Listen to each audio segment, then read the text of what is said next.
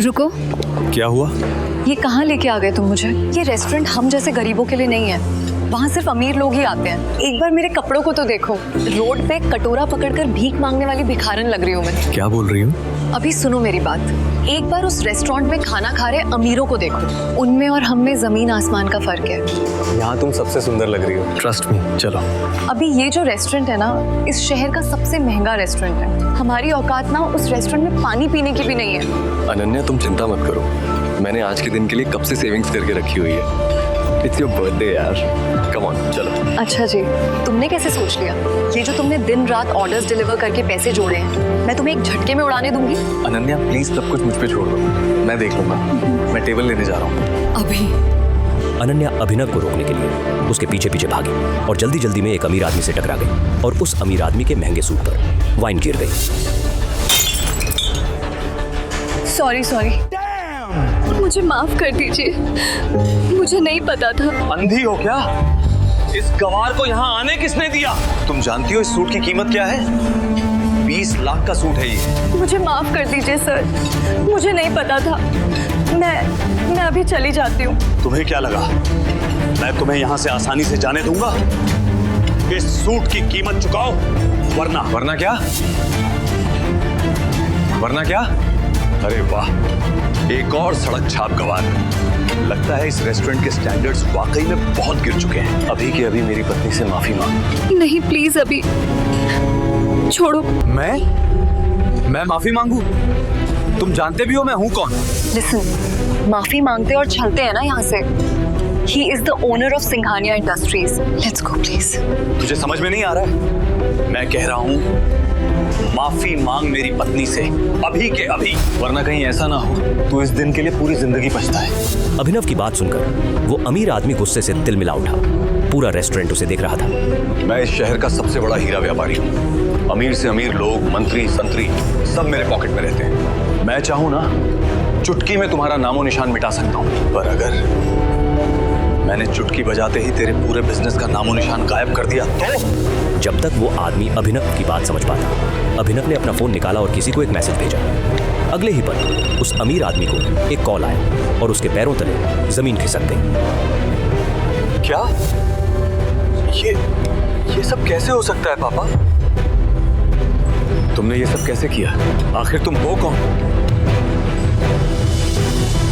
अभिनव एक घर जमाई था और अपने ससुराल के सभी छोटे बड़े काम किसी नौकर की तरह करता था। लेकिन आज उसे किसी से मिलने जाना था और उसकी सास शर्मिला को यह मंजूर नहीं था। अरे ओ निठल्ले जमाई, यहाँ पैर दबाओ, बहुत दर्द हो रहा है। सासू माँ, मुझे कहीं जल्दी पहुंचना है, मैं आके आपके पैर दबा दूंगा। अरे ओ निठल्ले, आज तलक चवन्नी तो कमाई नहीं तूने, मेरे बेटी के फेंके हुए टुकड़ों पे पल रहा है तू,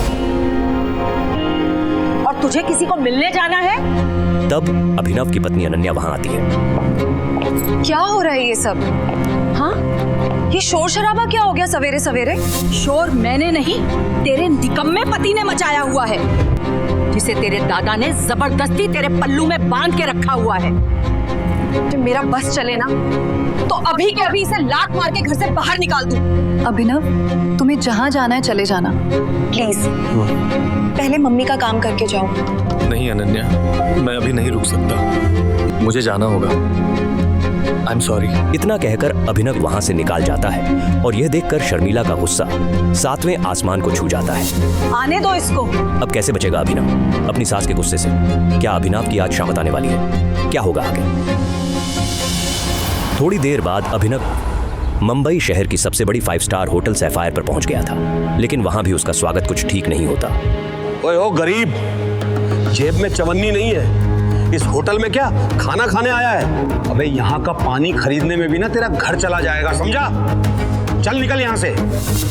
अभिनव के चप्पल फंसे हुए और शर्ट फटी हुई थी। वो होटल के अंदर जाना चाहता था। होटल के गार्ड से उसकी परछाई को भी होटल पर पड़ने नहीं देना चाहते थे। होटल के मालिक अकरम से मिलने आया हूँ। क्या कहा बे तूने? अकरम साहब से मिलने आया है?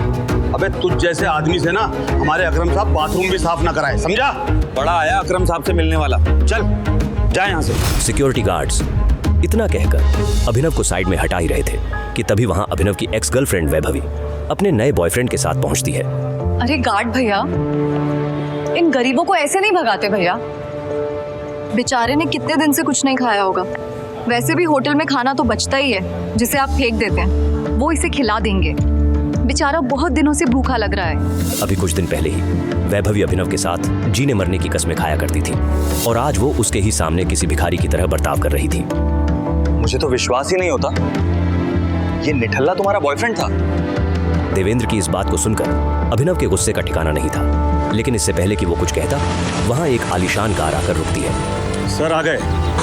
उस कार के रुकते ही गेट पर खड़े सभी गार्ड्स उस गाड़ी की तरफ दौड़ते हैं। तभी उस कार से उस होटल के मालिक अकरम निकलते हैं। कार के नीचे उतरते ही अकरम की नजर उस भीड़ पर पड़ती है जिसने अभिनव को घेर रखा था। उस भीड़ को देखकर अकरम अपने गार्ड से पूछता है, होटल की लॉबी में इतनी भीड़ क्यों है? पता नहीं सर, कोई भिखारी है, बोल रहा है कि उसे आपने बुलाया है। मैंने तुम्हें कितनी बार कहा है कि मुझे मेरे होटल में ऐसे लोग नहीं चाहिए, उठा के फेंको उसे बाहर। अकरम की बात सुनते ही तुरंत 4 गार्ड्स अभिनव की तरफ बढ़ते हैं और उसे वहां से उठाकर बाहर ले जाने लगते हैं। गार्ड्स अभिनव को अकरम के सामने से ही उठाकर ले जा रहे होते हैं कि तभी अकरम की नजर अभिनव के हाथ में पहनी अंगूठी पर जाती है और उसके बाद जो होता है उसे देख वहां खड़े सभी लोगों की दुनिया हिल जाती है। छोड़ो इसे। सर, अभिनव के हाथ में उस अंगूठी को देखते ही अकरम उन गार्ड्स को रोकता है टाइगर, और उधर करोड़पति अकरम अभिनव के पैरों में गिर जाता है। मैंने तुम्हें पहचाना नहीं, मुझे माफ कर दो टाइगर। आखिर क्यों शहर का सबसे बड़ा बिजनेसमैन गिर गया अभिनव के पैरों में? आखिर उस अंगूठी का क्या राज था? क्या वो राज सबके सामने आ पाएगा? अकरम के साथ हुई इस मुलाकात के बारे में अभिनव ने किसी से कुछ नहीं कहा। अगली सुबह जब अभिनव अनन्या को टिफिन देने उसके ऑफिस पहुंचा तो उसने देखा कि ऑफिस में भगदड़ मची हुई है। फिर भी वह कानों में हेडफोन्स लगाकर अपनी धुन में मस्त था। भगदौड़ की वजह हाल ही में ब्रेक हुई न्यूज थी। ब्रेकिंग न्यूज, सिंह इंडस्ट्रीज की दिशा बदलने के लिए ये टेंडर आखिरी उम्मीद है। मार्केट में इस खबर से सिंह इंडस्ट्रीज के शेयर्स में भारी गिरावट। अनन्या सिंह अपनी कंपनी की डूबती नाव को कैसे संभालेंगी? Guys, the situation doesn't look good. ये हमारी आखिरी उम्मीद थी सिंह इंडस्ट्रीज को रिवाइव करने की। चिराग अनन्या का दोस्त और बिजनेस पार्टनर था। दादाजी के गुजरने के बाद बिजनेस को संभालने के लिए अनन्या ने चिराग को अपना पार्टनर बनाया था। वैसे तो उसे अनन्या का लाइफ पार्टनर बनना था, लेकिन अनन्या के दादाजी ने मरने से पहले जबरदस्ती अनन्या की शादी एक गरीब डिलीवरी बॉय अभिनव से करा दी थी। अनन्या बिल्कुल खामोश अपनी कुर्सी पर बैठी थी। तभी उसके बगल में बैठे कंपनी के चीफ फाइनेंशियल ऑफिसर मौतिक ने कहा, अनन्या, टेंडर ना मिलने की वजह से हमारे सारे के सारे इन्वेस्टर्स ने अपना हाथ खींच लिया है and the balance sheet also doesn't look good. अगर इस तरह से ही चलता रहा तो फिर हमारा दिवाला निकल जाएगा। मौतिक, यू नो वेरी वेल, इस कंपनी को बनाने में दादाजी ने अपना पूरा खून पसीना लगाया। सालों की मेहनत से सिर्फ हमारे देश में ही नहीं बल्कि विदेश में भी सिंह इंडस्ट्रीज का परचम लहराया। एक झटके में कैसे सब खत्म हो सकता है? ऐसा नहीं हो सकता। कुछ तो तरीका होगा यार। अनन्या, तुम्हारे दादाजी के समय के कुछ बहुत ही स्ट्रॉन्ग पुराने एसोसिएट्स थे हमारे, जिनके साथ में चिराग के इंस्ट्रक्शंस के बाद हमने डील बंद कर दी, मर्जर की कोशिश की। और रावी जी, नॉट अगेन। इस न्यूज के बाद तो कोई भी हमारे साथ मर्जर नहीं करेगा। That's not an option. मौतिक, let's see your plan. Desai उर्फ रविकांत अनन्या के दादाजी के पुराने वफादार थे और उन्होंने अनन्या के दादाजी के साथ मिलकर सिन्हा इंडस्ट्रीज को दुनिया भर में फैलाया था। लेकिन आज वो सिर्फ नाम के कंपनी के एडवाइजर थे। Good morning, Mrs. Lobo. Such a bright, beautiful Monday. आप कैसी हैं? आज ऑफिस में इतनी मनहूसियत क्यों छाई हुई है? तू हमेशा नौकरों की तरह घर के काम करता रहता है, कभी न्यूज व्यूज देखता है। इतने बड़े इंडस्ट्रियलिस्ट के दामाद हो, बिजनेस की खबर रखा करो। ऐसा क्या होगा जिसकी खबर मुझे नहीं है? देखो, सरकारी टेंडर ना मिलने से सिंह इंडस्ट्रीज को लगा भारी झटका। वेंटिलेटर पर चल रही सिंह इंडस्ट्रीज को 200 करोड़ के टेंडर से थी आस और वो टेंडर जा पहुंचा आहूजा कॉर्पोरेशंस के पास। Hello ma'am. Yes ma'am, I will bring the files in your cabin right now. Ananya कहाँ है? मुझे डिस्टर्ब मत करो, मुझे अनन्या के पास जाना है। I need to meet her right now. कहाँ है अनन्या मैम? अभी तुम घर जाओ। आप कहाँ जा रही हैं? Conference room mine.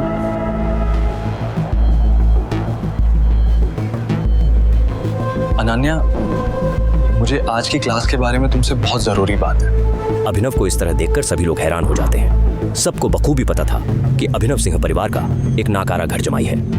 अभिनव, गेट आउट। अभी नहीं।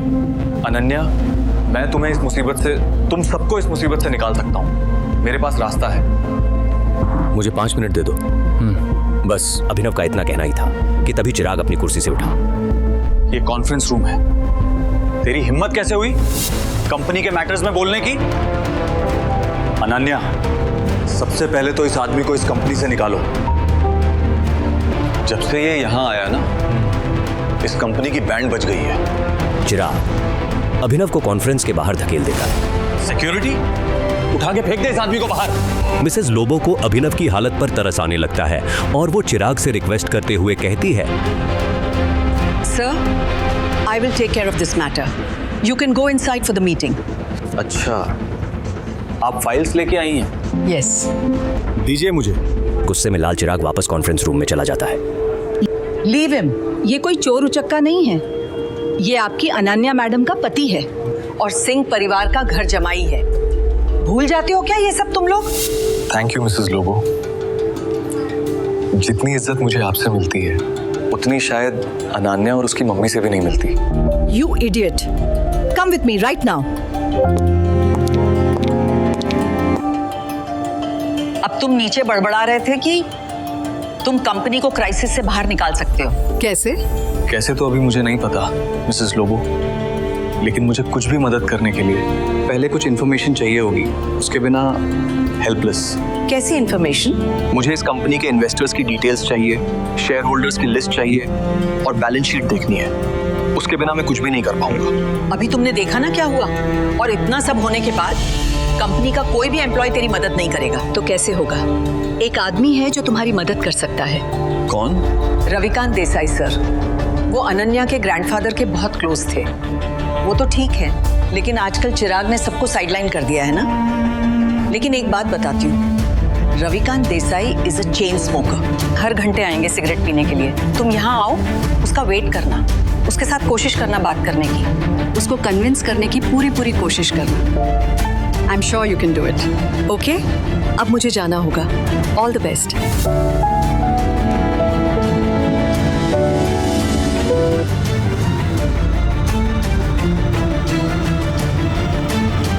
नमस्कार मंत्री जी, कैसे हैं आप?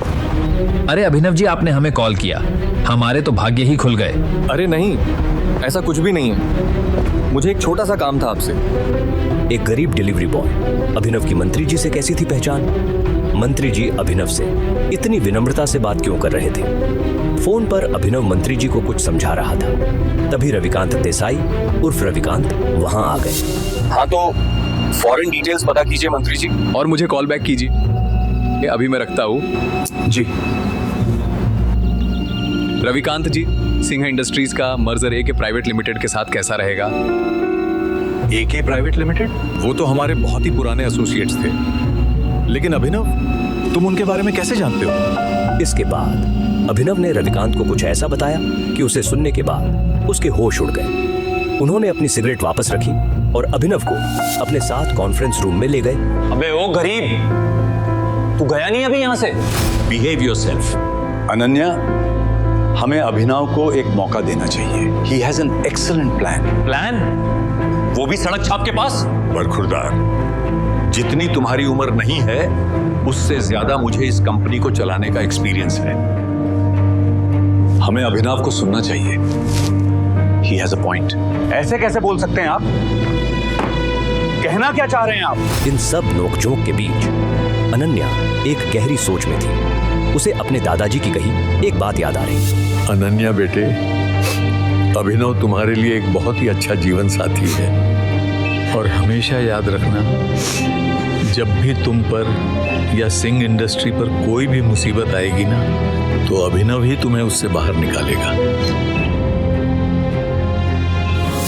सामने चल रही बहस को देख अनन्या जोर से चिल्लाती है, चिराग, ये मत भूलो, ये कंपनी मेरी है और हर डिसीजन का वीटो पावर मेरे पास है। Sit down. अभिनव, बैठो और प्लान बताओ। अनन्या को चिराग पर चिल्लाता देख अभिनव को बहुत खुशी हुई। रविकांत ने अभिनव को अपने बगल वाली कुर्सी पर बिठाया। बैठते ही सामने रखे पानी के गिलास को अभिनव ने एक सांस में गटक लिया। अनन्या, मुझे सबसे पहले कंपनी के इन्वेस्टर्स की डिटेल्स चाहिए होगी। शेयर होल्डर्स की लिस्ट चाहिए होगी एंड बैलेंस शीट देखनी होगी। उससे पहले मैं कुछ नहीं कर पाऊंगा। This is too much. हम ऐसे ही किसी के साथ भी अपनी कंपनी की डिटेल्स नहीं दे सकते। मौतिक, लैपटॉप पास करो। तुम अभी भी इस गधे की बात सुन रही हो? पास करो। Chirag, why don't you mind your language? क्यों भूल जाते हो कि अभिनव मेरा पति है? 2 साल में पहली बार अभिनव ने अनन्या को उसके लिए लड़ते हुए देखा था। अभिनव लैपटॉप पर कुछ करने लगता है और कुछ सेकंड के लिए पूरा कमरा खामोश हो जाता है। अनन्या, मुझे स्टेटमेंट्स में बहुत सी इरेगुलरिटीज दिख रही हैं। हमारे इन्वेस्टर्स के छोड़ जाने का एक पैटर्न भी दिखाई दे रहा है। बैलेंस शीट की काफी ऐसी ट्रांजैक्शंस हैं जिस पे मुझे डाउट है।